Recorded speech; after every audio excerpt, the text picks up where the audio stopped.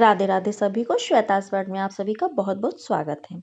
फाल्गुन मास की शुक्ल पक्ष की एकादशी को आमल की एकादशी या आंवला एकादशी या रंग भरी एकादशी के नाम से जाना जाता है। जैसा कि सभी लोग जानते हैं, एकादशी की तिथि भगवान विष्णु को समर्पित है। कहते हैं कि आमल की एकादशी का संबंध भगवान शंकर और माँ पार्वती जी से है।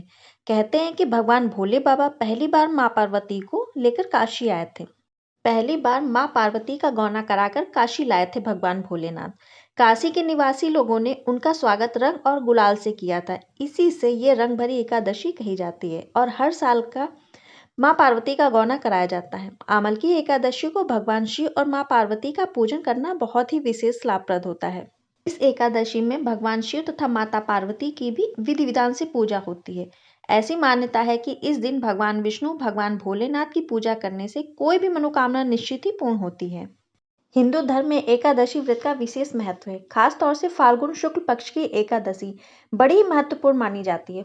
यह एकादशी सभी एकादशी में सर्वश्रेष्ठ है। यूं तो एकादशी तिथि पर भगवान विष्णु की पूजा की जाती है, लेकिन ये इकलौती एकादशी है जिसमें भगवान शिव के साथ माता पार्वती की पूजा की जाती है। धार्मिक मान्यताओं के अनुसार इस विशेष दिन पर भगवान विष्णु की उपासना करने से जीवन में आ रही कई प्रकार की समस्याएं दूर हो जाती हैं और सुख समृद्धि का आशीर्वाद प्राप्त होता है। इस वर्ष आमल की एकादशी व्रत पर विशेष संयोग का निर्माण हो रहा है। तो आइए जानते हैं कि एकादशी व्रत की तिथि और पूजा के लिए शुभ मुहूर्त क्या है। हिंदू पंचांग के अनुसार रंग भरी या आमल की एकादशी तिथि 20 मार्च को रात 12:21 से प्रारंभ होगी और इसका समापन 21 मार्च को सुबह 2:22 पर होगा। ऐसे में रंग भरी एकादशी का व्रत 20 मार्च को ही रखा जाएगा। रंग भरी एकादशी पर पूजा का शुभ मुहूर्त 20 मार्च को सुबह को 6:25 से सुबह 9:27 तक रहेगा। वैदिक पंचांग के अनुसार आमल की एकादशी व्रत के दिन पुष्य नक्षत्र का निर्माण हो रहा है। इस दिन पुष्य नक्षत्र रात्रि में 10:38 तक रहेगा और साथ ही संध्या के समय सुकर्मा योग रहेगा। सुकर्मा योग संध्या पर 5:05 से शुरू होगा। इस विशेष दिन पर रवि योग का भी निर्माण हो रहा है, जो सुबह 6:25 से रात के 10:28 तक रहेगा।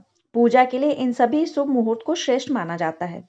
एकादशी व्रत के पारण का शुभ समय है 21 मार्च को सुबह 10:30 तक है। अगर इस समय आप अपना व्रत नहीं खोल पा रहे हैं तो आप दोपहर को 1:41 से लेकर शाम को 4:07 तक अपना व्रत खोल सकते हैं।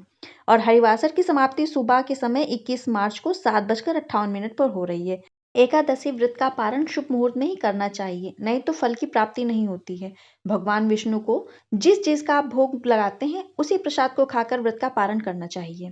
शास्त्रों में बताया गया है कि जो व्यक्ति फाल्गुन मास के शुक्ल पक्ष की एकादशी तिथि के दिन व्रत का पालन करता है, उन पर भगवान विष्णु की विशेष कृपा होती है। आमल की एकादशी व्रत का पालन करने से सुख समृद्धि और ऐश्वर्य की प्राप्ति होती है और जीवन में आ रही कई प्रकार की समस्याएं दूर हो जाती हैं। साथ ही इस दिन दान पुण्य का विशेष महत्व है।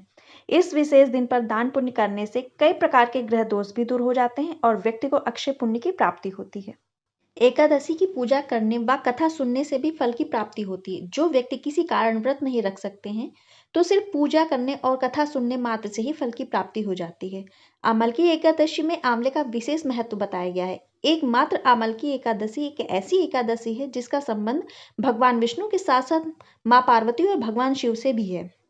एकादशी व्रत का समय दसवीं तिथि से ही प्रारंभ हो जाता है, तो दसवीं तिथि को ही शुद्ध सात्विक भोजन करना चाहिए और शाम को सूर्यास्त से पहले भोजन कर लेना चाहिए। एकादशी के दिन तुलसी पत्र भी नहीं तोड़ा जाता है, तो दसवीं तिथि को ही आप तुलसी पत्र तोड़कर रख लीजिए।